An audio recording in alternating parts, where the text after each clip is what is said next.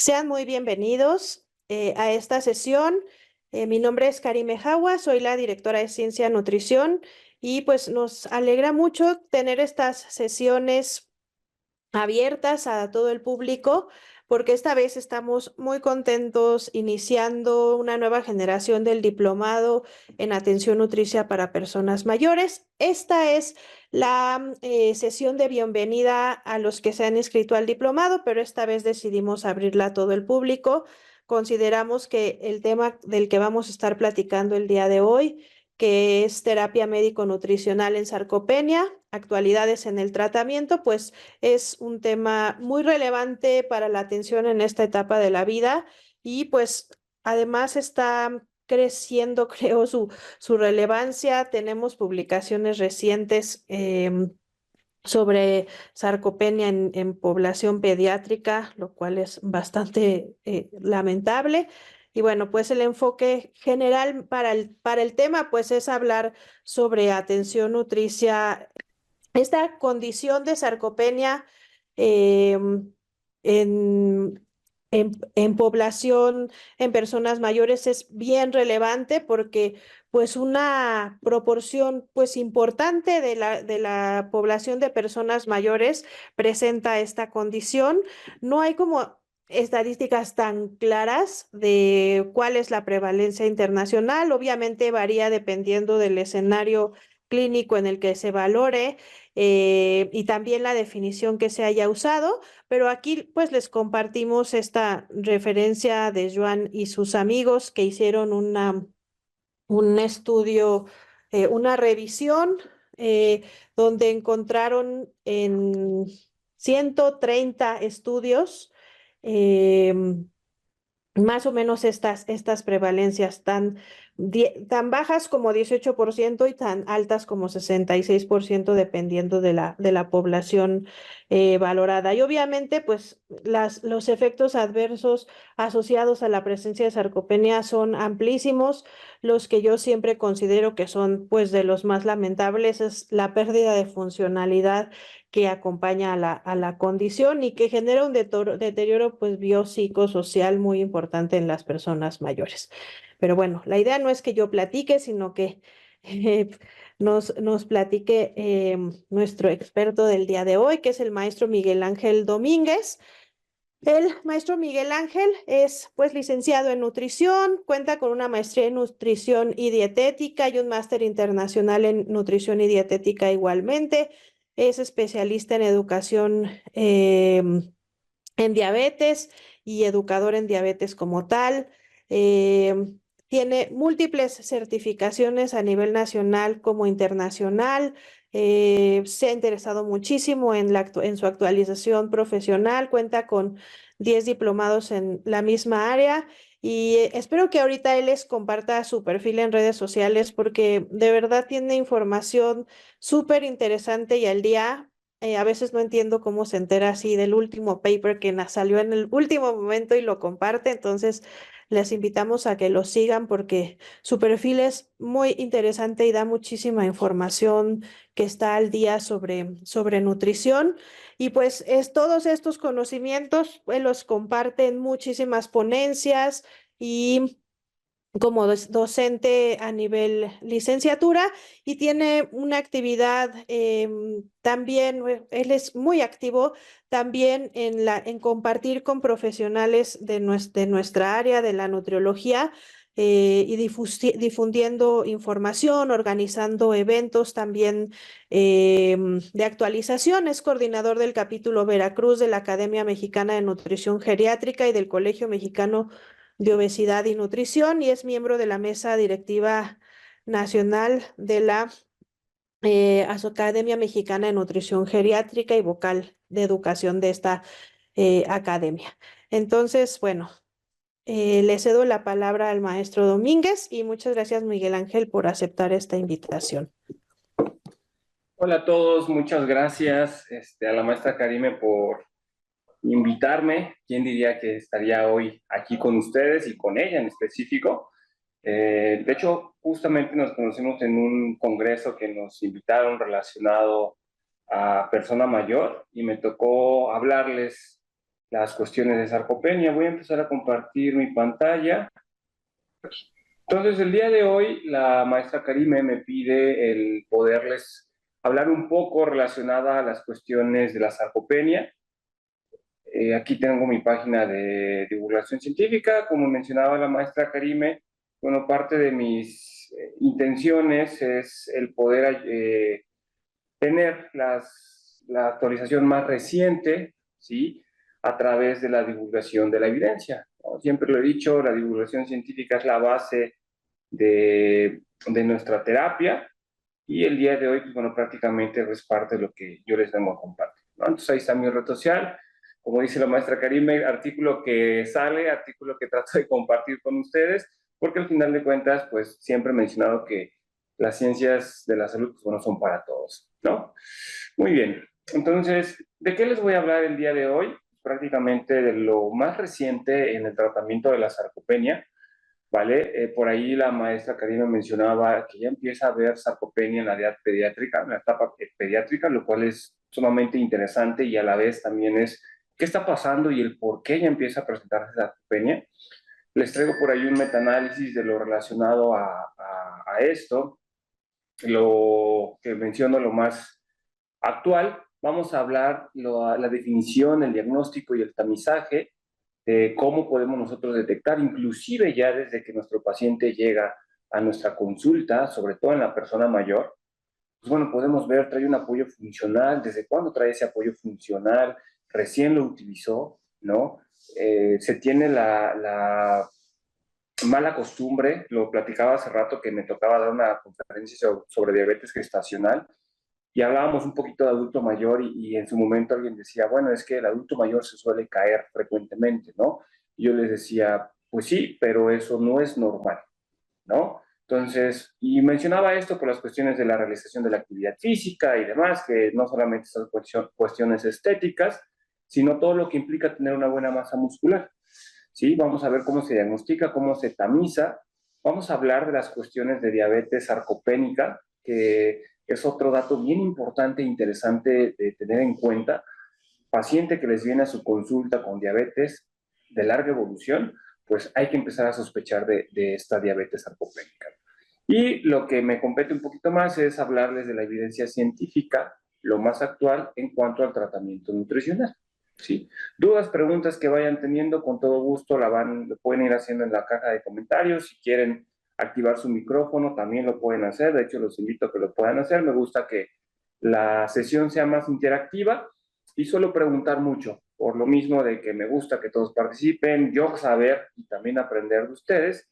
Entonces, si alguien gusta por ahí activar su micrófono para participar, pues bienvenido, ¿vale?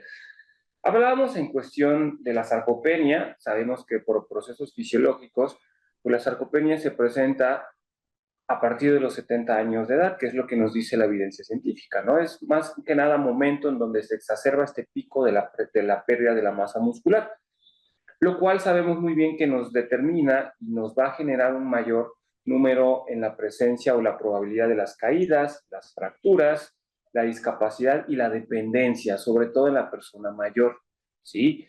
Y la masa muscular no va más allá de solamente estas cosas. Lo que yo siempre menciono, lo más importante es la calidad de vida y la probabilidad en cuanto a la mortalidad, ¿sí? Entonces, tenemos un síndrome increíblemente extenso cuando, por ejemplo, una persona mayor que tiene sarcopenia se nos cae, puede tener una osteosarcopenia por ahí, una mayor probabilidad de fracturas, ¿vale? Eso genera más inflamación. De por sí, la persona mayor ya tiene un estado inflamatorio por procesos fisiológicos, inclusive lo conocemos como el inflammation, ¿vale? En donde, pues bueno, realmente hay que hacer una correcta anamnesis y sobre todo las medidas preventivas, ¿no? Yo siempre lo he dicho, de nada nos sirve tener las actualizaciones más recientes en cómo tratar y llevar una patología cuando son condiciones que podemos prevenirlas. Y yo siempre menciono, hay que apostarle como tal a la medicina preventiva, ¿sí? Este proceso, como yo lo mencionaba, se exacerba a los 70 años. En las damas tenemos otro pico que es en el proceso de menopausia, pero la evidencia científica nos ha dicho que inicia desde los 30 años.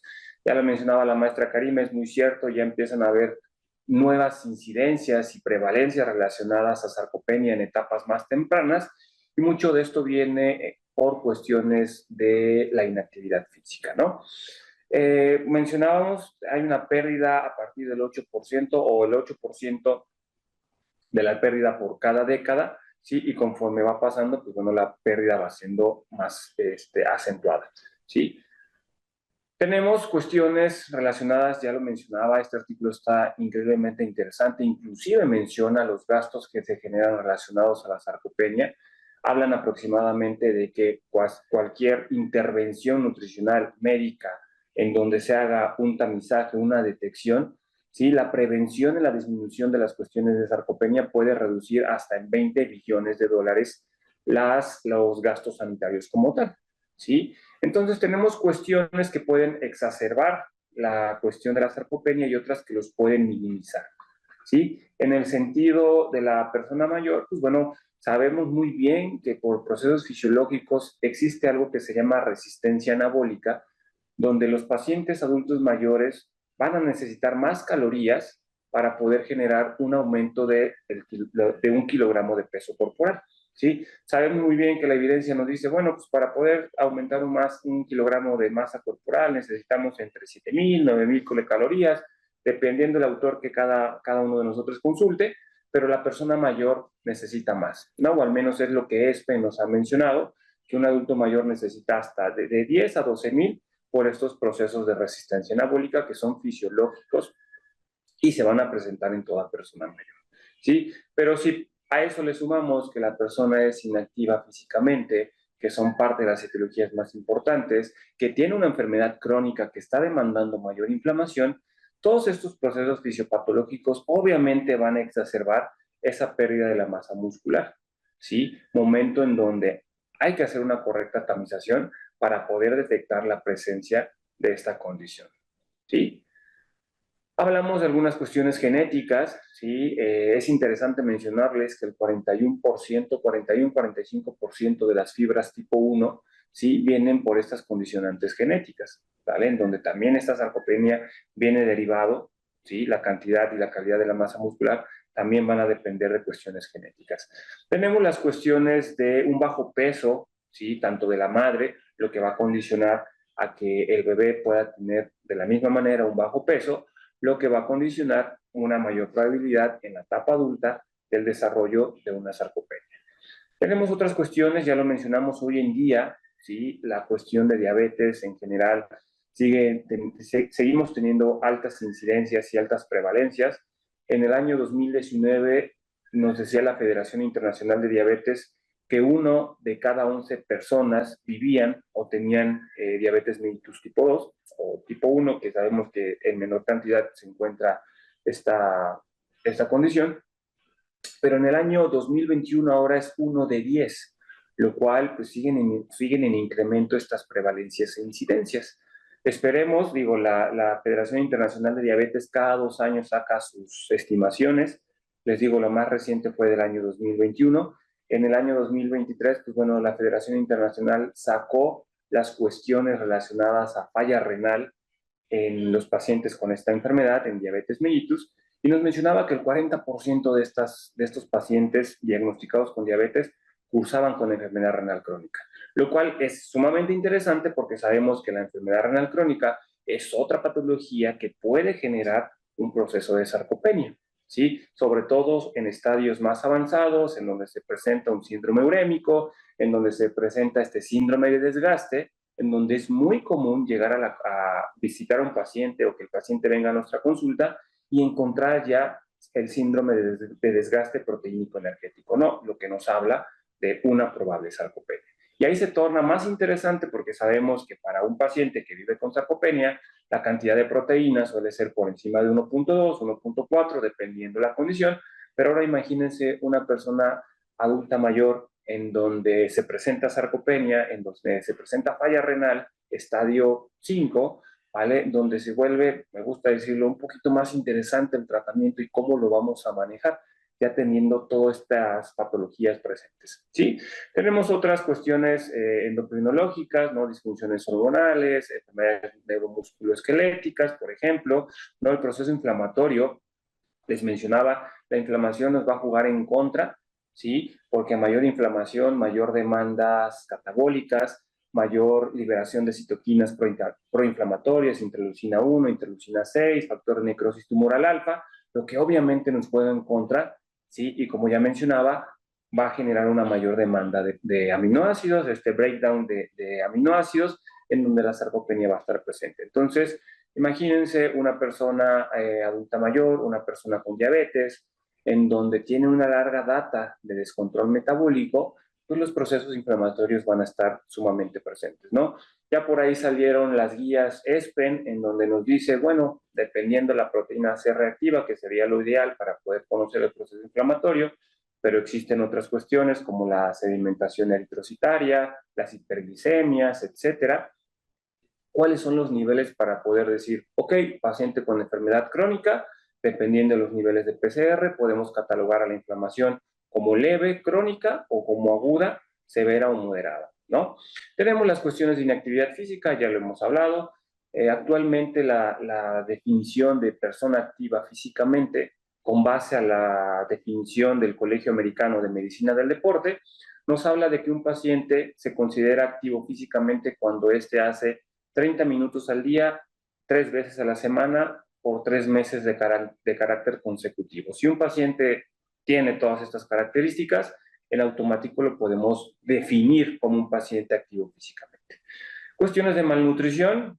Recuerden, el porcentaje de pacientes adultos mayores con desnutrición es elevado, sobre todo en la comunidad. El 5% de las personas adultas mayores están o cuentan con algún grado de desnutrición, lo que nos habla de una probable fragilidad, lo que nos habla también de una probable sarcopenia.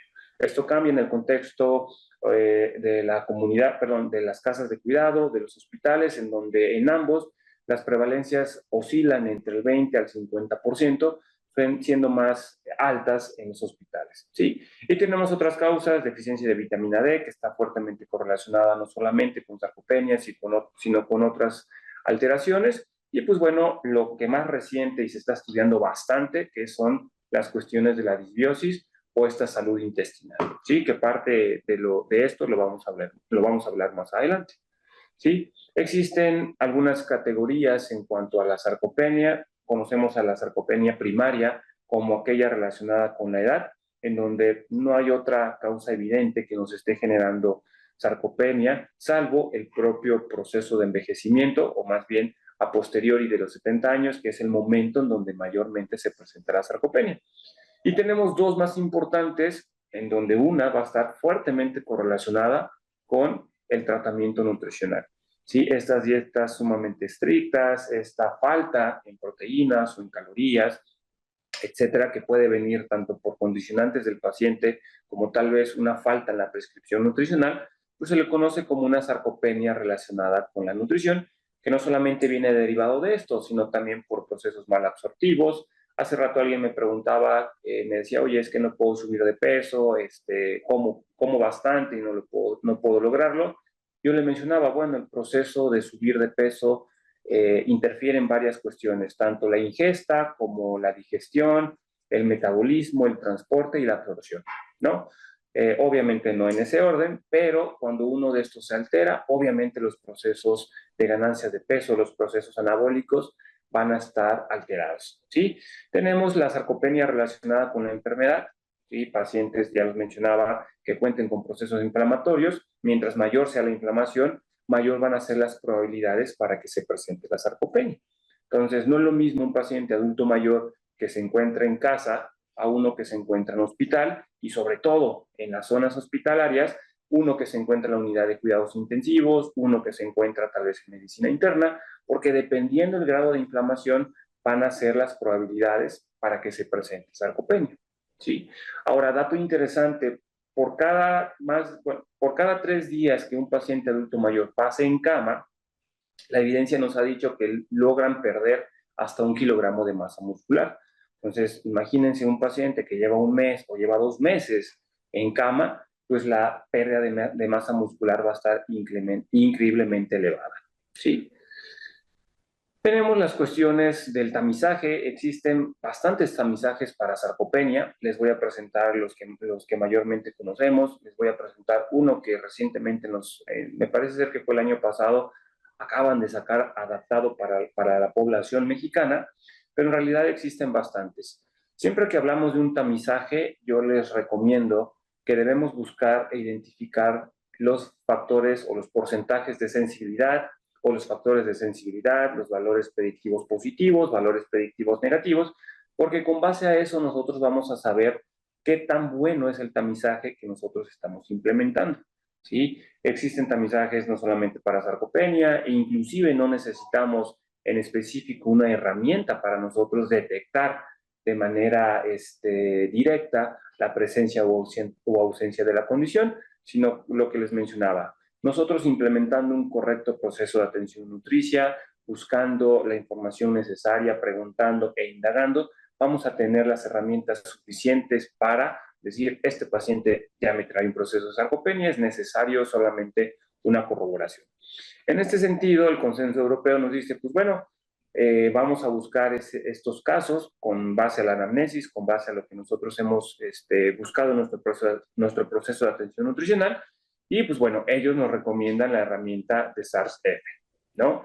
En donde lo vamos a ver más adelante, son 5 preguntas muy sencillas, en donde vamos a generar una puntuación, y con base a esa puntuación, pues bueno, vamos a poder catalogar al paciente como paciente con probable sarcopenia, ¿sí? En este sentido, si nos sale negativo, como en todo proceso de tamizaje y de detección, pues bueno, no olvidar que se debe de hacer una reevaluación, ¿sí? Dependiendo en dónde estemos. Si sabemos que es en un paciente hospitalizado, la reevaluación va a ser cada 7 días. Si es en un paciente de la comunidad, se puede extender hasta un mes, pero va a depender mucho del proceso inflamatorio o de la patología que el paciente actualmente tenga. En dado caso que mi paciente sea positivo en el tamizaje, bueno, vamos a utilizar una dinamometría o el test de la silla. Para serle muy sincero, yo recomiendo que podamos hacer las dos. Todo nutriólogo clínico debería de tener un dinamómetro, inclusive todo hospital debería tener un dinamómetro para poder empezar a medir la fuerza prensil, y sobre todo recordar que cuando los pacientes aumentan kilogramos de fuerza, pues también disminuye la mortalidad en general en todas las causas de muerte, y también disminuye la probabilidad de efectos cardiovasculares. Entonces, importante, reitero, todos deberíamos tener un dinamómetro, los hospitales deberían de tener un dinamómetro, y cuando nosotros utilizamos la dinamometría, pues estamos por ahí ya haciendo un tamizaje de manera directa para la búsqueda de sarcopenia. Si por ahí me salen bajos estos puntajes, que con base a las guías europeas nos dicen, pues bueno, 27 para varones, 16 para mujeres, por debajo de estos percentiles, que inclusive también es importante basarnos en la edad, basarnos en el peso, inclusive en el índice de masa corporal. Algunos dinamómetros traen su propio catálogo en donde te dice, bueno, dependiendo de la edad, dependiendo del índice de masa corporal, estos son los puntos de corte, que es importante mencionarlo, ¿sí? En dado caso de que salga algún puntaje, pues vamos con la corroboración, ¿no? Que es a través de un DEXA, a través de una bioimpedancia, a través de una tomografía computarizada, que pues bueno, esto suele ser un poquito más difícil de tener acceso, pero con una bioimpedancia, un DEXA, ¿sí? Inclusive hay algunos laboratorios que tienen DEXA, podemos mandar a los pacientes. Ahí ya nos pueden decir inclusive la calidad de la masa ósea que tienen nuestros pacientes. Cuando esta es positiva, con base a las herramientas que nosotros utilizamos, ¿sí? Tenemos que encontrar la severidad de la sarcopenia, una sarcopenia moderada, una sarcopenia severa, que para ahí tenemos bastantes test, tenemos la batería de performance físico, tenemos la caminata de 400 metros, tenemos bastantes herramientas en donde cuando una de estas sale de carácter positivo, en automático estaríamos hablando de que el paciente tiene una probable sarcopenia, bueno, tiene una sarcopenia ya de carácter moderada o severa, dependiendo de lo que encontremos. No solamente existen estos tamizajes para el ámbito ambulatorio, también existen tamizajes o protocolos, algoritmos para el ámbito de hospitalización, en donde, reitero, casi siempre cuando se presenta una desnutrición de tipo moderada o mayor, los pacientes van a tener fragilidad, los pacientes van a tener altas probabilidades de presentar sarcopenia, ¿no? No varían mucho los algoritmos, es importante conocerlos para que con base a eso, dependiendo la zona sí, más que nada la zona donde nos encontremos, pues nosotros podemos saber qué tipo de algoritmos e implementación vamos a utilizar en estos pacientes, ¿sí? Les mencionaba, existe el test de SARS-F, son preguntas muy sencillas. Recuerden que un buen tamizaje, o al menos lo que nos dice la Academia de Nutrición y Dietética, es que un tamizaje, parte de las características es que tiene que ser replicable y puede ser implementado no solamente por el profesional de la salud, sino también por una persona ajena a salud, ¿sí? En este sentido, SARS-F nos da preguntas muy sencillas en donde vamos a evaluar la fuerza, la asistencia para caminar, la capacidad para poder levantar de una silla, para poder subir escaleras y sobre todo el número de caídas que los pacientes hayan tenido. Son preguntas muy sencillas en donde con base a la puntuación nosotros vamos a sacar un score. Para este tamizaje son más de 4 puntos. Un paciente que cubre con este score, ¿sí?, es un paciente con una probabilidad de sarcopenia, porque como les mencionaba, el algoritmo nos dice, ok, tú detectas casos, aplicas un tamizaje y necesitamos una corroboración a través de un DEXA, una bioimpedancia, una tomografía, lo que ustedes gusten, ¿sí? Tenemos la herramienta Sarco-GS, que es una herramienta que, les digo, salió aproximadamente hace un año. El doctor Oscar Rosas nos las presentaba en una sesión con la academia, ¿sí?, donde nos hablaba de todo el proceso que llevó su equipo para la realización de la herramienta, ¿sí?, en donde, pues bueno, se van a dividir en 2 rubros la implementación y las preguntas en este tamizaje, ¿sí?, donde preguntamos la velocidad de la marcha, la medición subjetiva, en este caso de la fuerza muscular, ¿sí?, la medición subjetiva también de la cantidad y la calidad de la masa muscular. Y si se pueden dar cuenta, son preguntas pues muy sencillas, ¿sí?, en donde de la misma manera, con base a una puntuación, ¿sí?, nosotros vamos a catalogar la probabilidad de sarcopenia o no en cada uno de nuestros pacientes, ¿no? La segunda parte sí que es la parte, podríamos decir, objetiva, en donde son las últimas 2 preguntas. Ese tamizaje cuenta de 7 preguntas. Nos va a hacer una prueba para levantarse, que es la prueba o el test de la silla. Muy sencilla, lo conocemos. Inclusive para poder implementar esta prueba, tenemos que llevar un protocolo, tiene que ser una silla en específico, tenemos que explicarle al paciente, tenemos que preguntarle sobre todo al paciente, en donde el Instituto Nacional de Geriatría nos dice que si nosotros le preguntamos al paciente si es capaz de poder realizar la prueba y él nos dice que no se siente capaz, en automático es un test positivo para el test de la silla, inclusive para otras pruebas, como lo que es la batería de performance físico, ¿no? Entonces, también nos habla de la circunferencia de pantorrilla. Habrá algunas cuestiones como la obesidad que nos dirán, pues bueno, tenemos un sesgo tal vez en este tipo de mediciones por la cantidad de masa grasa que podemos tener o que el paciente pueda tener, pero inclusive existe un artículo en donde nos dice, con base al índice de masa corporal y la medición que nosotros hacemos en la circunferencia de pantorrilla, cuánto es lo que le vamos a restar o inclusive aumentar dependiendo el índice de masa corporal con el que nuestro paciente cuente. Para este puntaje, pues bueno, más de 3 puntos nos habla de un probable diagnóstico de sarcopenia y de la misma manera, les reitero, no debemos olvidar la reevaluación independientemente de la zona en donde nos encontremos laborando, sea hospital, sea casa de cuidado, sea consultorio particular. La reevaluación siempre va a ser importante y va a depender también mucho de la patología concomitante o de las patologías concomitantes que nuestro paciente cuente, ¿sí? Les reitero, hay bastantes tamizajes, ¿sí? Para sarcopenia, para inclusive desnutrición.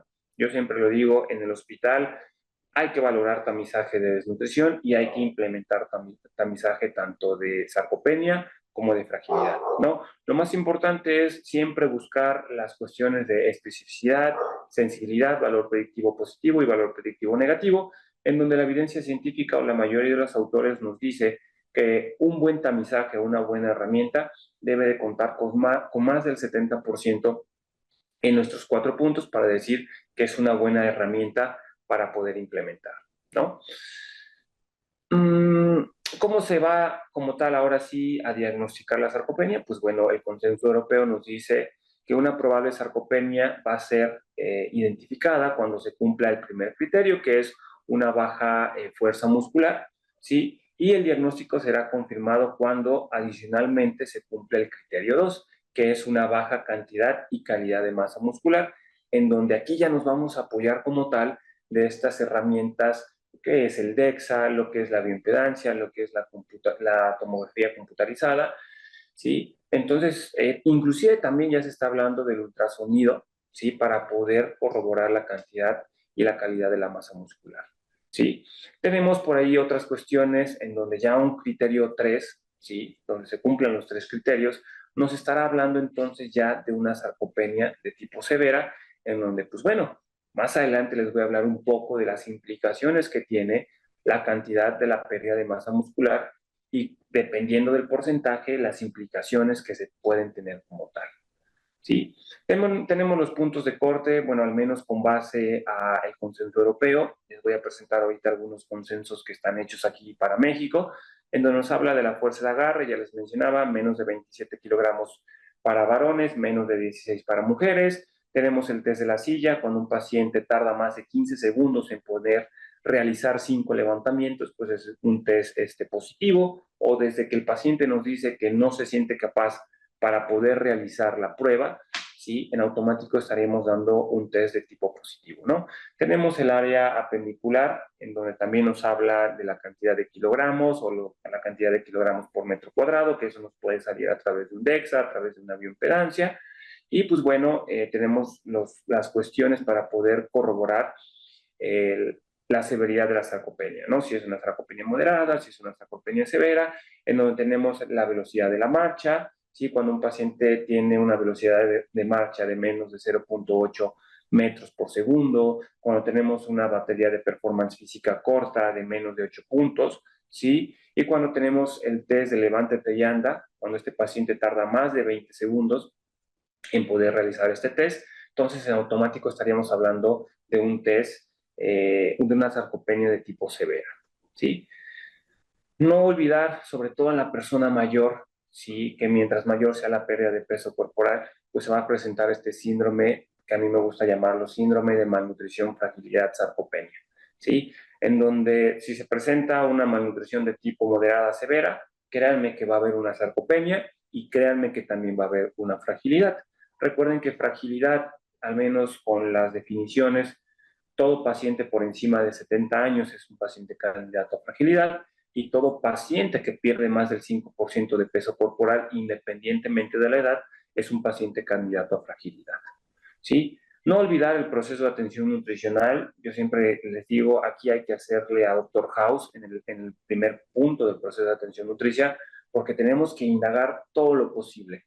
¿Sí? ¿Por qué? Porque con base a eso nosotros vamos a generar o identificar una problemática de carácter nutricional, ¿sí? Y con base a eso nosotros vamos a dar una intervención, ¿sí? No me voy a meter como tal en el proceso de atención nutricia porque si no se hace extensa o bastante extensa la charla, pero siempre recordar que el proceso de atención nutricia es algo que nosotros debemos de hacer parte de nuestra atención nutricional, ya sea de hospital, ya sea de carácter ambulatoria, inclusive en estas casas de cuidado. ¿Sí? Y ahora bien, el adulto mayor, ¿sí? Suele tener en gran medida enfermedades crónicas, una de ellas la diabetes. Y la diabetes, como ya les mencionaba, es una condicionante que nos puede llevar a la probabilidad en el desarrollo de sarcopenia. ¿Por qué? Porque si tenemos una persona que vive con diabetes de larga data, en donde ya se presenta una insulinoresistencia o ya está presentado como tal una disfunción de la célula beta pancreática, pues recordemos que esta hormona como tal tiene interacciones de tipo anabólicas y evita los procesos catabólicos. La insulina no solamente nos ayuda a poder regular la glucosa, como es lo que siempre nos han mencionado, sino que va a tener estos efectos anabólicos, va a tener estos efectos de producción de óxido nítrico, por eso la diabetes se correlaciona con hipertensión, al no haber una correcta interacción de la insulina con el endotelio vascular, no se produce óxido nítrico, no se genera vasodilatación y hay más efectos protrombóticos, ¿sí? La insulina, como les mencionaba, tiene estos efectos anticatabólicos que cuando no se ejercen de manera correcta, pues empieza a generar todo este breakdown, ¿sí? Empiezan a salir estos aminoácidos del músculo y se empieza a generar una pérdida de masa muscular. Entonces, en ocasiones llegan pacientes con glucosas de 400, con hemoglobinas glicosiladas de más de 10, 12%, en donde estos pacientes ya son candidatos a el desarrollo de sarcopenia, por ende, tenemos que nosotros estar haciendo una correcta tamización, ¿sí? Y ustedes me dicen, ok, Miguel Ángel, ¿y cómo puedo yo detectar algún paciente que tiene sarcopenia viviendo con diabetes? Pues este artículo nos los dice bastante claros, donde nos habla de todo el screening, de todo el algoritmo, ¿sí? Y en la primera parte nos va a hablar de aquellos pacientes que pueden tener una alta probabilidad en el desarrollo de sarcopenia. En específico nos habla de aquellos pacientes que tengan larga data de evolución de la enfermedad, que tengan descontrol metabólico, ¿sí? Podemos verlo en esta parte, creo que no me deja, ya me deja. Podemos verlo en esta parte que nos dice cuáles son aquellos pacientes que al llegar a nuestra consulta y con base a la anamnesis que nosotros hacemos, pues podemos detectar que es un candidato a la realización de un tamizaje para poder identificarla o identificar la presencia o la ausencia de una probable sarcopenia, ¿no? Entonces, la polifarmacia es uno de ellos, las complicaciones de la enfermedad, los años de evolución y el control metabólico prácticamente son parte de estos tamizajes o de estos factores de riesgo que nos dicen este paciente es candidato al desarrollo de sarcopenia. El algoritmo está bastante completo, es uno de mis artículos favoritos, inclusive nos dice la estratificación, dependiendo de lo que nosotros encontremos. Si alguien necesita los artículos, con todo gusto se los puedo proporcionar.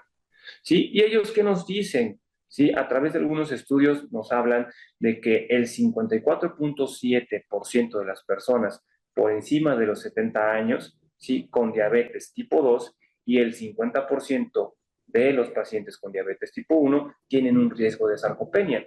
Entonces, realmente es un porcentaje bastante alto en donde debemos, entonces, ver que si un paciente nos viene con diabetes, sea tipo 1, sea tipo 2, y con base a los factores de riesgo que nosotros o que les acabo de mencionar, pues son pacientes en donde tenemos que estar tamizando también para la presencia de sarcopenia, ¿sí? Nos hablan a través de los criterios, son muy similares a los que anteriormente les he mencionado, e inclusive el artículo nos habla de algunas recomendaciones para la intervención, que es parte de lo que voy a hablar más adelante, ¿sí?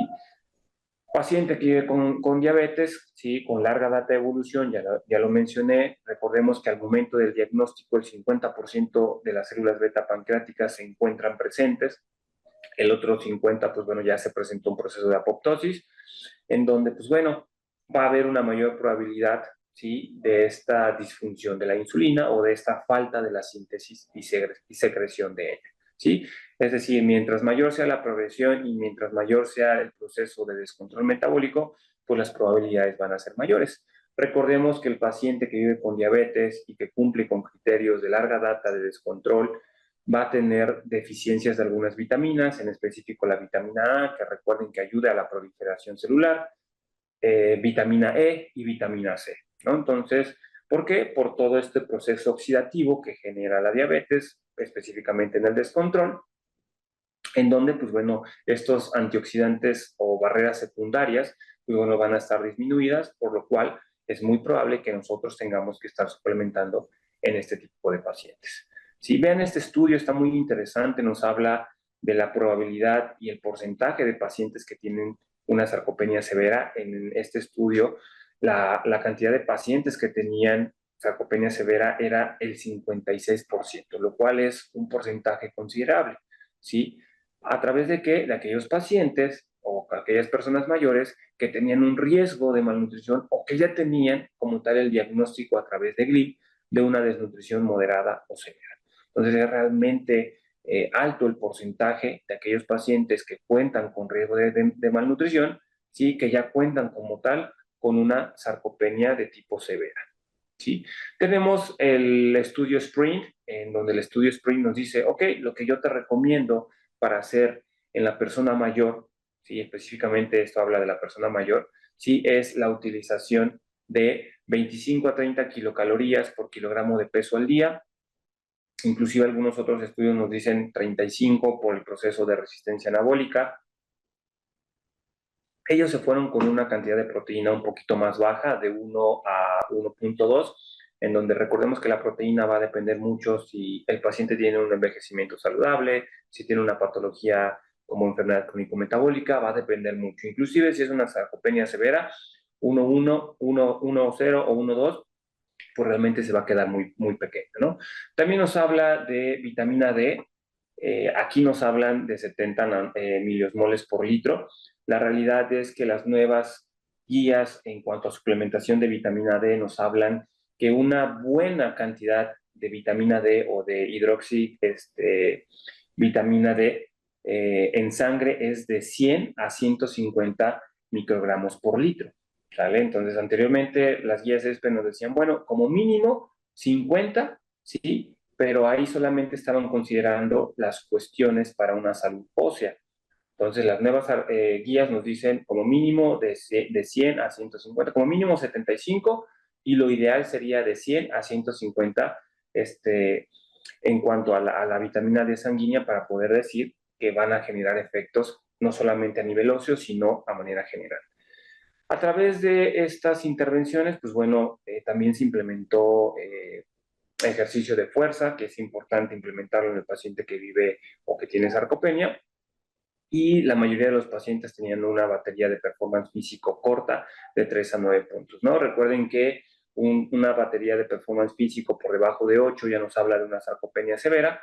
En este estudio fueron los pacientes que intervinieron, a los que les dieron esta intervención, y tuvieron excelentes mejorías cuando se implementaban estas estrategias nutricionales. Las cantidades de proteína, les mencionaba, van a depender en un paciente adulto mayor con un envejecimiento saludable, puede ir desde 1 hasta 1,2. A mí en realidad me gusta manejarlo en 1,2, pero el paciente que tiene una enfermedad crónica, que suelen ser la mayoría de nuestros pacientes, se puede incrementar hasta 1,5, inclusive un poquito más, dependiendo del grado de la sarcopenia, ¿sí? En general, nos dicen, pues bueno, una ingesta óptima de 1 a 1,5, ¿sí? Recomendando que cada tiempo de comida alcance de 25 a 30 gramos de proteína, ¿sí? Porque estaríamos nosotros dando hasta 3 gramos de leucina. Y la leucina se ha correlacionado fuertemente con una mejoría en la cantidad y la calidad de la masa muscular, ¿sí? Entonces, importante, la cantidad de proteína que le vamos a dar al paciente tiene bastante relevancia, inclusive lo vamos a ver más adelante, las porciones y las cantidades por tiempo de comida también van a ser o van a influir en este proceso anabólico de crecimiento muscular. Y lo que les mencionaba, este artículo es un poquito viejo, pero es de mis favoritos porque se dividen a dos grupos de pacientes. A los dos se les da la misma cantidad de proteína, 90 gramos a cada grupo, pero la diferencia de intervención fue la cantidad por tiempo de comida, ¿sí? En el primer grupo, a todos los pacientes se les dio la misma cantidad, 30, 30, 30, y estos tuvieron una mejor síntesis de masa muscular comparativamente con el segundo grupo, que se les dio de la misma manera 90 gramos, pero se les dio una mayor cantidad de proteína en la cena, ¿sí? Pese a que los dos grupos de pacientes fueron intervenidos con la misma cantidad de proteína, el primero tuvo una mayor síntesis de masa muscular porque la cantidad de proteína era equitativa y sobre todo porque alcanzaban estos 3 gramos de leucina que se ha evidenciado aumenta y mejora la síntesis muscular en los pacientes. Entonces, no solamente es la cantidad de proteína que yo voy a dar a los pacientes, sino también la distribución, ¿sí? Durante las 24 horas en el cómo nosotros vamos a estarla entregando a cada uno de nuestros pacientes, ¿sí? Y algo que me ayuda bastante y que suele ser parte de la canasta básica del mexicano, ¿sí? Y de nuestras personas mayores, pues es el huevo, ¿no? El huevo tiene bastantes beneficios. Si es una persona adulta mayor con diabetes, recuerden que la yema nos tiene una buena cantidad de vitamina A, que reitero, estos pacientes suelen tener deficiencias en estas vitaminas. La vitamina A no solamente ayuda en las cuestiones de la inmunoglobulina tipo A, también ayuda a la proliferación celular, entonces es un antioxidante también. Recordemos todos los beneficios que tiene la vitamina A que pueden venir a través de la yema del huevo. Miren la cantidad de proteína que nos puede dar por una sola porción y la cantidad en miligramos de leucina. ¿Sí? Entonces, si yo a un paciente le estoy dando tal vez de 2 a 3 huevitos, ¿sí? En un desayuno, en una comida o una cena, pues le estoy asegurando, ¿sí? Hasta 1.5 gramos de leucina en ese tiempo de comida. ¿Sí? Entonces, pues como tal, la evidencia nos ha dicho el colesterol no eleva, perdón, el huevo no eleva como tal el colesterol, la manera en que estamos entregando ese huevo sí, no es lo mismo un huevo hervido a un huevo frito, el segundo obviamente por procesos bioquímicos, sí, de síntesis de colesterol, lo va a elevar por proporcionarle al paciente grasas saturadas comparativamente con la primera forma. Entonces, no quitemos el huevito, es una excelente herramienta para poder ayudar a los pacientes que tienen malnutrición, a los pacientes que tienen sarcopenia, por todos los beneficios en cuanto a los nutrimentos que este nos puede proporcionar. Existen bastantes estrategias, este artículo me gusta bastante porque nos dice algunas recomendaciones, nos habla de la cantidad de proteína, ellos se van hasta 1.8 gramos por kilogramo de peso, nos hablan de esta cantidad óptima de leucina por tiempo de comida y ellos nos dicen que para poder asegurar una buena cantidad de leucina, simplemente hay que multiplicar 0.6, ¿sí? Por los kilogramos de peso que tenga el paciente y esa es la cantidad de proteína que nosotros deberíamos estar entregándole al paciente por tiempo de comida para poder asegurar los gramos de leucina beneficiosos para la síntesis muscular. Nos hablan de cuestiones del balance energético, nos hablan de cuestiones de la microbiota intestinal. Recuerden que la microbiota intestinal juega un papel importantísimo porque parte de sus funciones es los procesos inflamatorios. Cuando tenemos una disbiosis, los procesos inflamatorios van a estar presentes y como les mencionaba, prácticamente la inflamación nos va a jugar en contra, ¿sí? Y nos va a generar una mayor probabilidad de esta pérdida de masa muscular. Controlar las cuestiones inflamatorias. Si tenemos un paciente con enfermedad crónica, llámese diabetes, pues ayudarle a controlar a través de la nutrición, a través de la intervención en actividad física y sobre todo también como equipo interdisciplinario, donde medicina obviamente va a intervenir con el esquema farmacológico. Reducir los patrones de sedentarismo. Se pide que los pacientes no pasen más de 6 horas durante sus 24 horas sentados. O una recomendación que yo le hago a los pacientes es que no puedan pasar más de 1 hora continua de carácter sentado, porque al menos lo que nos dice el Colegio Americano de Medicina del Deporte es que cuando pasamos más de 1 hora sentados, ¿sí? Los beneficios en cuanto a la sensibilidad a la insulina otorgados por los ejercicios o por el ejercicio, pues empiezan a disminuir, ¿sí? Ejercicios de fuerza muscular, no necesitamos hacer que nuestro paciente vaya a un gimnasio como tal, podemos trabajar con ejercicios en casa, podemos trabajar con ligas, podemos trabajar con unas mancuernas, inclusive, y esto lo digo sin conflictos de intereses, Fresenius Kabi tiene algunos videos para utilizar e implementar algunos ejercicios para nuestros pacientes que tienen por ahí un tipo o un grado de sarcopenia, ¿sí? La influencia, ya lo mencionaba, de la microbiota, pues bueno, va a tener un fuerte impacto en estas cuestiones cuando tenemos una dieta más rica en grasas, cuando tenemos una dieta más rica en azúcares, en grasas saturadas, pues obviamente se va a generar una disminución de los lactobacillus y las bifidobacterias, ¿sí? Y se van a presentar cuestiones de inflamación, cuestiones de descontrol metabólico, cuestiones de mayor probabilidad de enfermedades cardiovasculares. Y al menos en esta sesión, pues bueno, recordemos que la inflamación nos va a jugar en contra. Entonces, también aquellos pacientes que han tomado de larga data antibióticos deben de llevar un esquema de probióticos, pacientes que toman inhibidores de la bomba de protones, son pacientes candidatos a tener esta alteración en la microbiota intestinal, en donde, pues bueno, prácticamente suplementar una correcta cepa de bifidobacterias y lactobacillus, pues nos va a poder ayudar a restablecer esta microbiota intestinal. De la misma manera, las grasas, el tipo de grasas que nosotros vamos a proporcionarle a nuestros pacientes juegan un rol importante.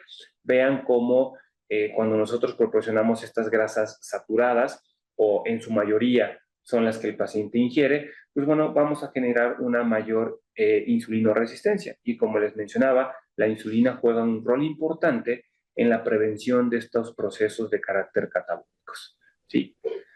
Existe bastante evidencia, lo más actual nos dice, pues bueno, hay que alcanzar un control metabólico en la persona mayor.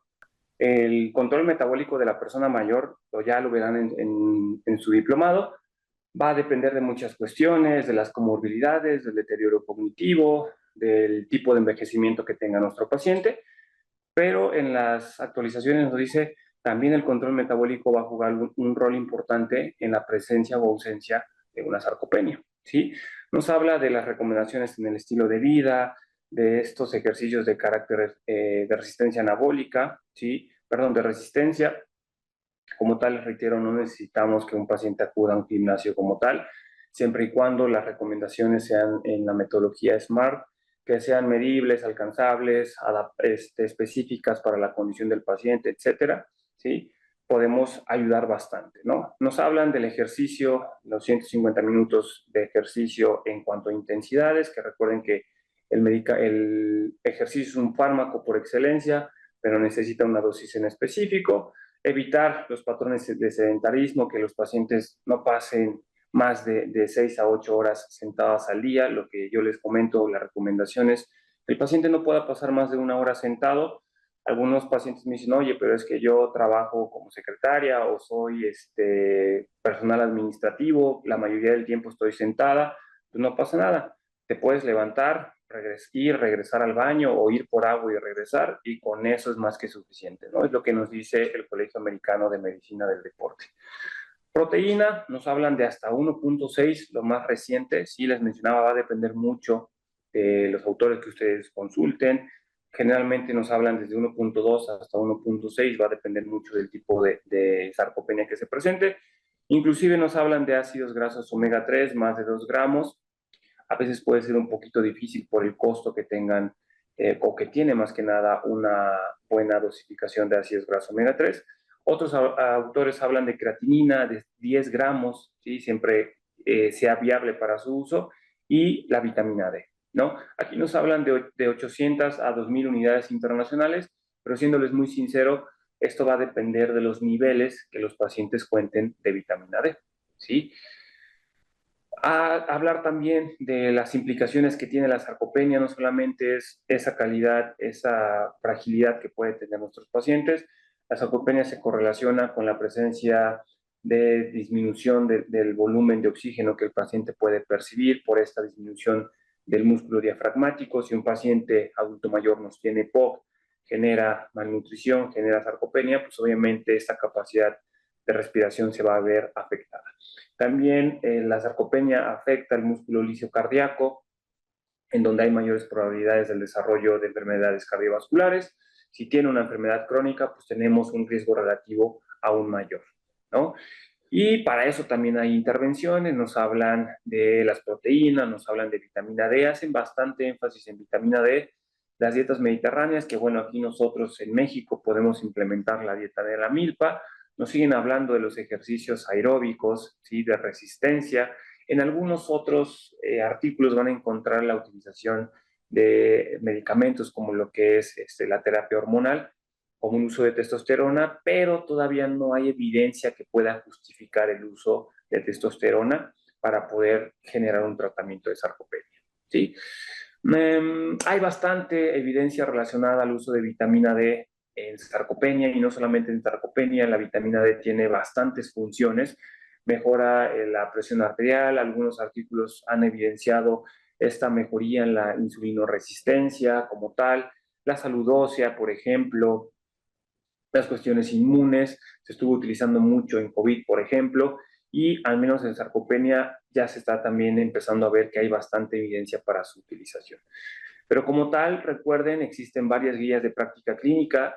Debemos suplementar vitamina D dependiendo los niveles de 25-hidroxivitamina que nuestros pacientes tengan. Idealmente, les digo, de 100 a 150 nanogramos por litro es lo que el paciente debe de tener para poder tener los efectos beneficiosos a nivel sistémico y no solamente a nivel salud ósea, ¿sí? Existe esta guía, por ejemplo, que nos dice niveles de insuficiencia, niveles de eficiencia y niveles óptimos, ¿sí? Con todo gusto se los puedo proporcionar. No les puse un artículo que vi hace unos 2, 13 días en donde nos habla de bastantes, de hecho lo compartí en mis redes sociales, ahí está, un algoritmo bastante elaborado y bastante bueno de cuáles son los pasos a seguir dependiendo de los niveles de vitamina D que encontremos, pero también recordar que existen bastantes condicionantes que nos pueden desarrollar deficiencias de vitamina D. Yo les puedo asegurar que el 95% de los pacientes no contamos con niveles suficientes de vitamina D y la vitamina D inclusive se ha correlacionado bastante con el deterioro cognitivo en algunos pacientes. ¿Sí? Y no solamente es entregar la cantidad de calorías, 35 kilocalorías, 1.5 gramos de proteína por kilogramo de peso, los 0.6 gramos por kilogramo para alcanzar la leucina, la vitamina D, la creatina, todo lo que yo les mostré, ¿sí? No solamente basta con hacer una prescripción, sino también saber que el paciente lo está ingiriendo, ¿sí? Esto pasa frecuentemente en el hospital, en donde encontramos un paciente con desnutrición, en donde hacemos una indicación, ¿sí? Pero a veces la charola sube y no sabemos si como tal el paciente lo comió.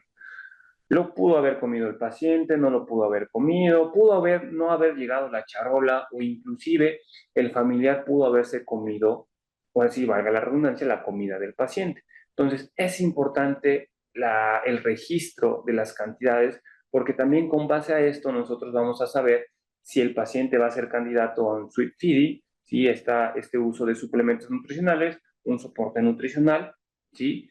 Entonces, para ello nosotros necesitamos registrar qué tanto está ingiriendo mi paciente, sobre todo si el paciente es una persona mayor, en donde tiene fragilidad, en donde tiene desnutrición, en donde tiene sarcopenia, ¿sí? Porque reitero, de nada sirve tener lo más actual, darle un plan nutricional excelente si el paciente no lo va a ingerir o como tal no lo está ingiriendo, ¿vale? Algo que yo les puedo recomendar que suelo hacer con mis pacientes es, ok, es un paciente que tiene un proceso de sarcopenia, es un paciente que tiene malnutrición, señor, ¿sabe qué? O familiar, o señora, o hijos, les voy a pedir de favor que me manden una foto, ¿sí? De lo que el paciente ingirió. Yo le voy a recomendar esto en el desayuno, en la comida, en la cena. Por favor, a posteriori, mándenme una foto de lo que el paciente está ingiriendo. Ah, mira, del desayuno se ingirió todo. Perfecto. En la comida, pues solamente ingirió el 25%. Ah, ok, entonces yo tengo que, ahí yo ya estoy identificando que hay una falta en la ingesta, tengo que a lo mejor suplementar, preguntar o corroborar por qué el paciente no ingirió ese tiempo de comida, ¿sí? Entonces, importante, debemos no solamente hacer una prescripción, sino como tal, reitero, en el proceso de atención nutricia, monitorizar que mi paciente como tal está ingiriendo todo lo que nosotros le estamos dando en una intervención médico-nutricional. Y vean las implicaciones que tiene una pérdida de masa muscular. Un paciente que pierde más del 10% de la masa muscular empieza a tener una disminución de la función inmune. Es un paciente que va a tener más riesgo de infecciones, es un paciente que va a necesitar más antibióticos, va a generar un aumento del gasto sanitario. Si ya por ahí les mencioné que los antibióticos interaccionan, ¿sí? Y barren con las bacterias a nivel intestinal, en específico la amoxicilina con el ácido clavulánico, que es de los que más le pega a la microbiota intestinal, pues obviamente vamos a tener que hacer una intervención para poder evitar eso. Vean que a partir del 20% empieza a generar una disminución en cuanto a lo que es el proceso de cicatrización, ¿sí? Y nos habla de que hay una mayor probabilidad, ¿vale? Para la presencia de úlceras de cúbito. Entonces, si por ahí les hablo que una persona mayor se encuentra en cama, que a partir de los 3 días de carácter continuo se empieza a perder 1 kilogramo de masa muscular y mientras más tiempo pase en cama, mayor va a ser esta pérdida, pues la piel se empieza a disminuir, el tamaño del grosor empieza a disminuir, las úlceras de cúbito se van a presentar, si ya les hablé de que hay un mayor riesgo de infecciones a partir del 10% de pérdida de masa muscular, pues prácticamente es un ciclo vicioso, ¿no? Va a tardar en cicatrizar esa herida, es un paciente que, hablando en estas cuestiones, también le vamos a generar, va a tener dolor, calidad de vida se ve implicada, entonces, al menos en estos porcentajes, ya hay bastantes complicaciones o bastantes cuestiones que van a generar una mala calidad en este sentido para el paciente. A partir del 30%, pues bueno, ya hay cuestiones de una mayor probabilidad de neumonía, una mayor inestabilidad, hay más probabilidad para caídas, para fracturas, para bastante cosas, y a partir del 40%, pues bueno, la mortalidad de los pacientes está incrementada hasta 5 veces al menos los que nos dice la evidencia científica, ¿sí? Este artículo me gusta bastante porque también nos habla de todas las cuestiones que puede tener o las complicaciones que puede tener la sarcopenia. No solamente es la probabilidad en el número de caídas, en la cuestión de fracturas, sino vean las cuestiones que se presentan. Mortalidad, deterioro cognitivo, ya lo hablamos, caídas, osteosarcopenia, fracturas, disminución de la función, dependencia, mayor tasa de hospitalización, etcétera. Entonces, veamos no solamente la sarcopenia como esa patología que puede hacer que mi paciente tenga una mayor dependencia y una mayor probabilidad en cuanto a caídas y fracturas, sino hay más cuestiones. Inclusive la disfagia sarcopénica, que cuando se presenta una sarcopenia moderada o severa, es importante también corroborar la presencia o la ausencia de disfagia, porque ahí mi intervención nutricional obviamente va a cambiar también, ¿sí? El artículo nos habla de todas estas condiciones que puede presentarse a través de una sarcopenia, en donde, reitero, no solamente es la probabilidad en las caídas, no solamente es la probabilidad en las fracturas, sino vean, hay mayor probabilidad de deterioro cognitivo, hay mayor probabilidad de fracturas, que ya lo hablábamos, tasa de hospitalización, mortalidad, procesos infecciosos, neumonías, etcétera. Entonces, realmente la sarcopenia implica más allá de la masa muscular, ¿sí? Y lo que les mencionaba, aquí tenemos esta gráfica de Kepler-Meyer, en donde mientras más aumentemos la fuerza de agarre a través de un dinamómetro, menores van a ser las probabilidades en cuanto a la mortalidad. Un aumento de solo 5 kilogramos en la fuerza de agarre, como tal, nos va a disminuir hasta en un 28% la mortalidad de los pacientes, lo cual es bastante y lo cual es muy favorable para cada uno de nuestros consultantes, ¿sí? Y un aumento solamente de 1 kilogramo en esta fuerza de agarre prensil nos va a disminuir hasta un 3.2% las probabilidades en el desarrollo de afecciones cardiovasculares, ¿sí? No sé si tengan alguna duda, alguna pregunta. Espero que esta conferencia haya sido de su agrado. Traté de no hacerla tan larga posible. Entonces, creo que sí hay algunas dudas, preguntas. ¿Quieres que las vaya leyendo en voz alta? Sí, sí, se lo agradecería bastante, maestra. Muy bien, primero Mariana te pregunta, he escuchado sobre el avance del uso de ultrasonido para la valoración de la masa muscular. ¿Sabes si existen investigaciones en ese sentido en nuestro país? En nuestro país no he indagado bastante, sí debe de haber. De hecho, hace poquito la doctora Isabel Calvo nos presentaba un artículo, no recuerdo si era de su autoría o de su equipo, pero sí hay bastantes ya cuestiones relacionadas a la ultrasonografía. De hecho, es algo que el nutriólogo puede hacer. Sí, hay por ahí un curso de certificación relacionado a eso. De hecho, yo le preguntaba a la doctora Isabel que en dónde lo estaba haciendo porque me gustaría hacerlo. El nutriólogo también lo puede hacer, ¿sí? Y sería indispensable que quien se dedica a esta parte pueda estar capacitado para poder hacerlo y sobre todo para poder enseñar a los demás en las técnicas correctas para poderlo realizar. Pero te busco si quieres como tal en el país si hay algo y te lo mando con todo gusto. ¿Sale? Muy Muchas bien. gracias. También, sí, perdón, si nos pudieras compartir si te enteras de esta certificación o alguna formación que se pueda tomar en ese sentido. Yo soy parte del diplomado, Ok. alumna de esta generación y me gustaría contar con esa información. Muchas gracias por tu conferencia, excelente. No, te lo agradezco bastante. Si yo le pregunto a la doctora Isabel, con todo gusto les informo. ¿Vale?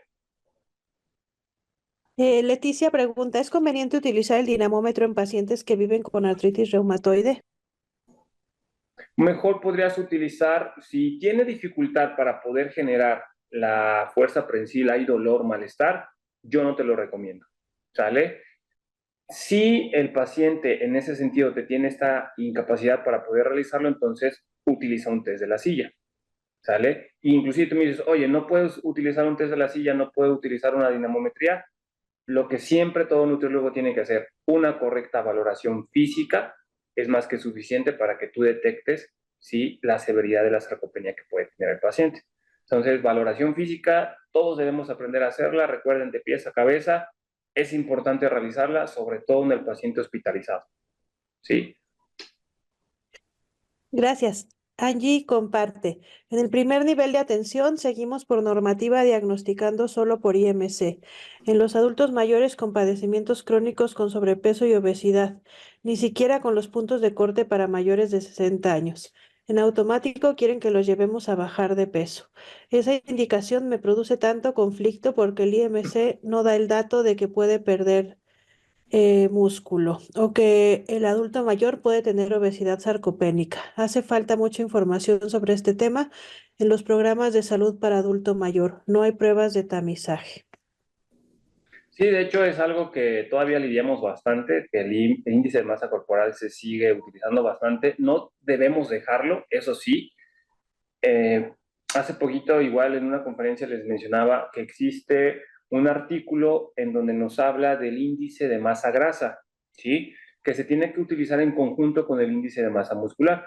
Ese artículo está bastante interesante porque incluye pacientes mexicanos, ¿sí?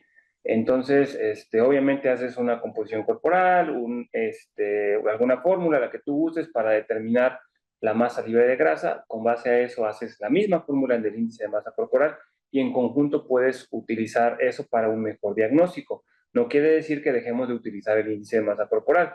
Inclusive en algunos cursos diplomados de obesidad te van a mencionar, se puede utilizar, pero en conjunto con otras herramientas. Si hablamos de obesidad, por ejemplo, existe índice de masa corporal, índice de masa grasa, la valoración de Edmonton, la escala de King's, por ejemplo. Eso es una batería más completa para poder tener un mejor diagnóstico de la severidad de la enfermedad. En cuestiones de esto, sí se sigue utilizando bastante el índice de masa corporal, se sigue diciendo a las personas mayores que tienen que bajar de peso y eso entra en un conflicto para la persona mayor. Hoy es que el médico me dice que baje de peso, pero el nutriólogo me dice que no, entonces, ¿no? Ahí yo siempre les digo, recomendación, acercarnos a nuestros amigos médicos, explicarles el por qué, hacer un equipo interdisciplinario y como lo mencionaba hace ratito a los médicos, hay que hacer equipo porque la finalidad es poder mejorar la calidad de vida de los pacientes que vienen a nuestra consulta. Pero eso es demostrando lo que nutrición sabe, ¿vale? Siempre fundamenten y siempre demuestren todo lo que ustedes saben y créanme que nos empiezan a entregar mejor a todos los profesionales de salud, ¿vale?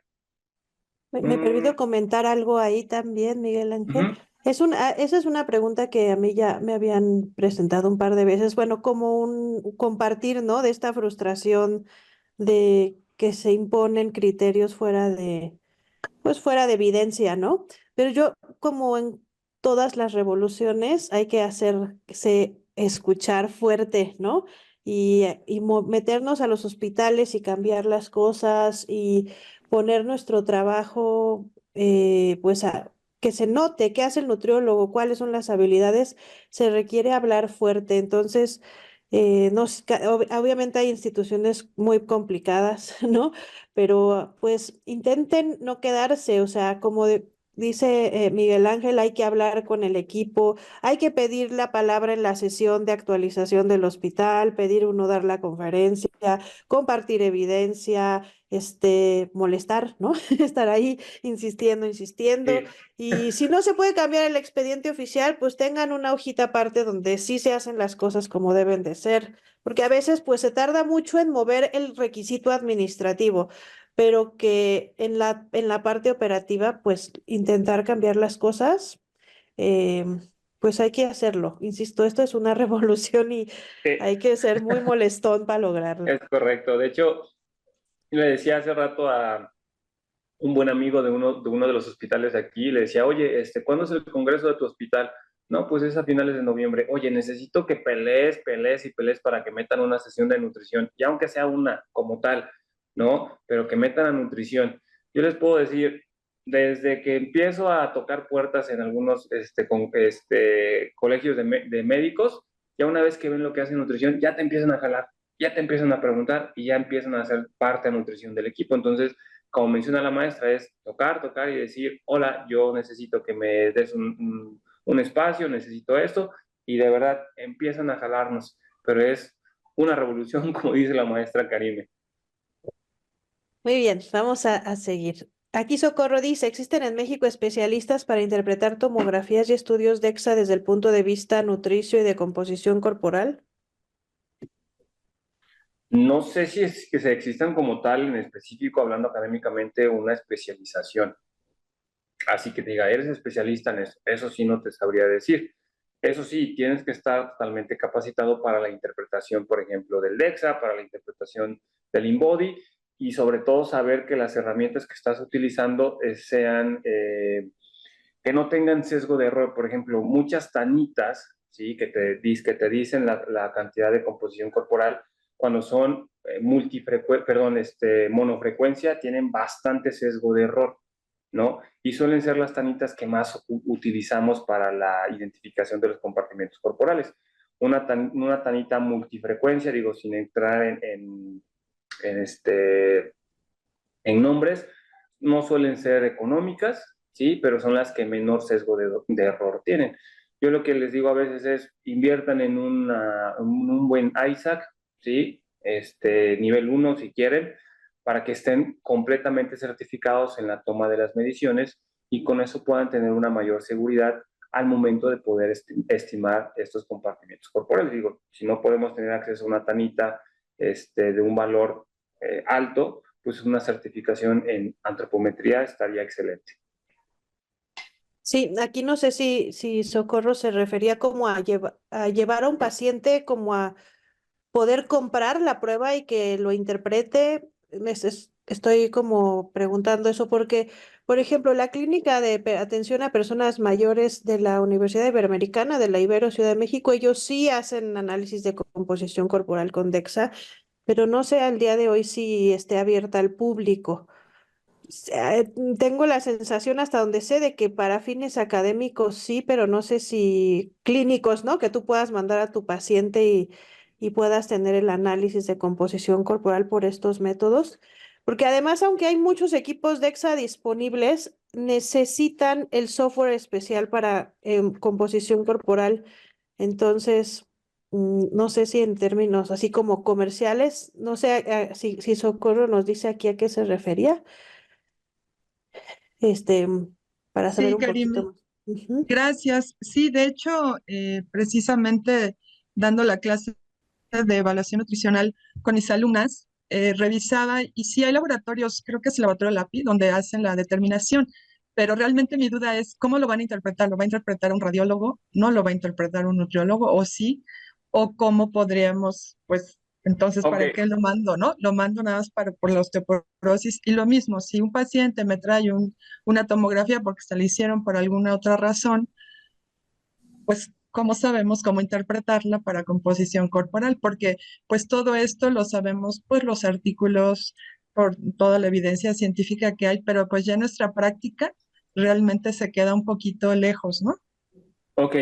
Con base a tu pregunta, algunos laboratorios cuando tú mandas a pedir el DEXA ya te trae y te dice el valor del área pendicular, de la masa pendicular. Te dice menos de 6, menos de 7, menos de 8, ¿no?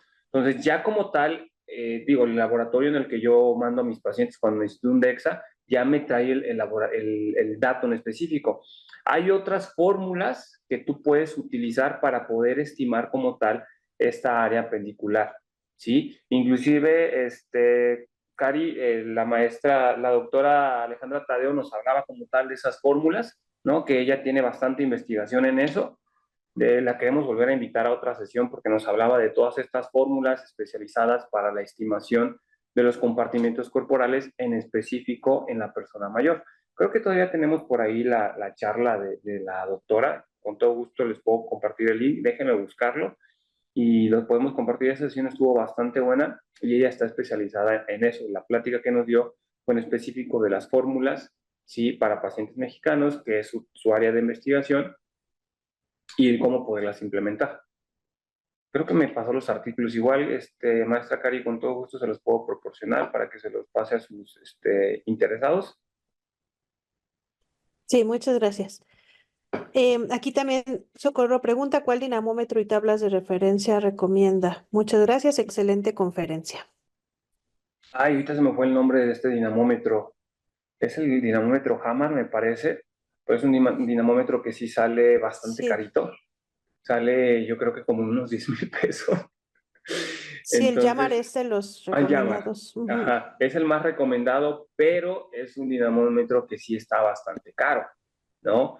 Ahora bien, existe un punto de corte en dinamometría hecho para pacientes mexicanos por encima de los 50 años.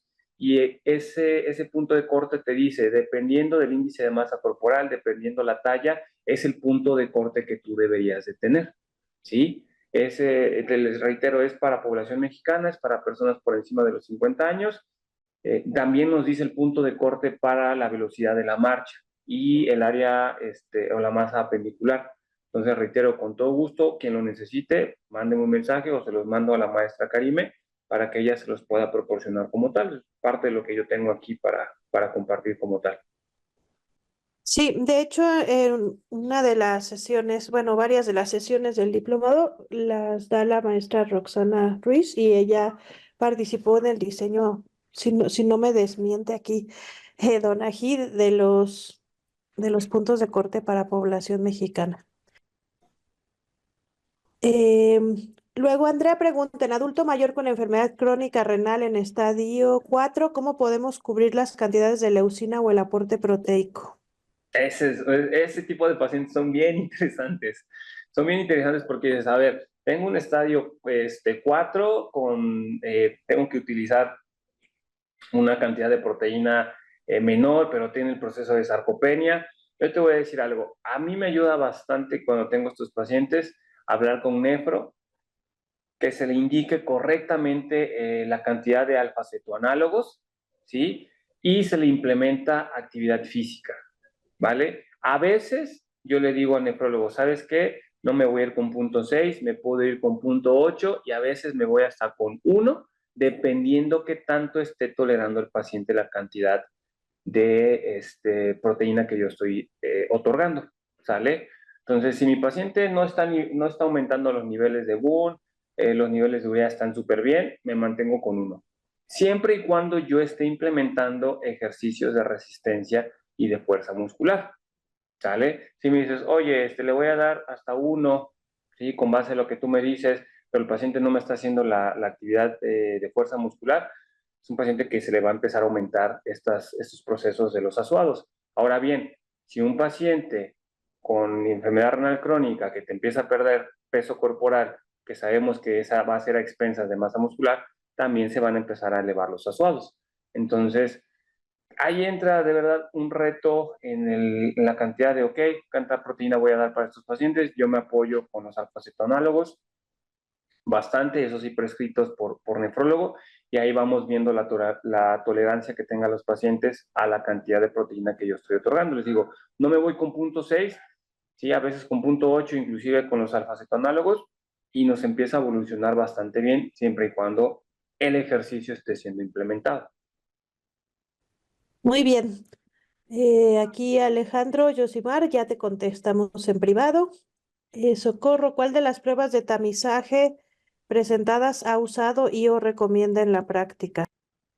Yo les recomiendo por población la SARCO, ¿sí? La que parte de lo que lo elaboró fue el doctor Oscar Ross, ¿sale? Porque es para pacientes mexicanos, entonces es la que yo recomiendo. SARS-F sabemos que es para población europea, entonces ahí podemos tener un sesgo de error. Recuerden, todo tamizaje es específico para una población. Cuando nosotros lo implementamos en una población diferente a la del estudio, pues vamos a tener estas diferencias, ¿no? Entonces, para pacientes mexicanos, SARCO, porque es la que actualmente está diseñada, sí, y estudiada en este tipo de poblaciones. Muy bien. ¿En dónde puedo encontrar los valores actuales de IMC para adulto mayor? Digo, ahorita dejo que conteste el maestro, pero igual les pusimos aquí un enlace a una publicación que tenemos en Instagram sobre eso, pero no sé si quieras decir algo Sí, están las diferente. guías de práctica clínica mexicanas, que ahí vienen los valores de punto de corte para índice de masa corporal. El enlace también el que lo pueden tener, y tengo yo ahí algunos artículos también para que los puedan consultar. Les digo, con todo gusto se los puedo proporcionar y ahí los pueden checar. Inclusive ESPEN nos dice índice de masa corporal para disminuir la mortalidad, y varios artículos nos hablan desde 25 a 30, disminuye la mortalidad en las personas mayores. Tal es lo que ESPEN, por ejemplo, nos recomienda. 25 a 30, el paciente va a tener menor probabilidad de la mortalidad. Muy bien. Angie pregunta, ¿la albúmina de huevo en polvo es recomendada? Yo no te la utilizo. Yo le doy mejor al paciente el huevito así en varias presentaciones. No te podría decir como tal, digo, porque como tal no he encontrado algún artículo que diga albúmina de huevo en polvo, siéndote muy sincero, no lo he utilizado. Me voy prácticamente a lo seguro, al huevito en diferentes presentaciones. Inclusive a veces la utilización de caseinato de calcio va a ser muchísimo mejor, siempre y cuando se esté dando la dosis correcta. Recuerden que 10 gramos de polvo nos da 9 gramos de proteína aproximada de lo que estamos proporcionando, pero yo me voy más a la segura, ¿no? Y dando los 0.6 gramos por kilogramo de peso en cada tiempo de comida. Ahí estás asegurando la cantidad de leucina, y la evidencia nos dice que la leucina es de lo que mayormente tiene evidencia científica para este proceso anabólico de masa muscular. Y bueno, creo que son todas las preguntas. No sé si hay algo más. Igual les pusimos los datos de contacto por si quieren preguntarnos algo. Ahí los tienen. También está en la pantalla los datos de contacto del maestro Miguel Ángel. Y pues agradecemos muchísimo esta sesión súper rica de información. Y pues gracias a todos por estar aquí. Buenas noches y a descansar. Gracias. Gracias a todos, gracias maestra Karime.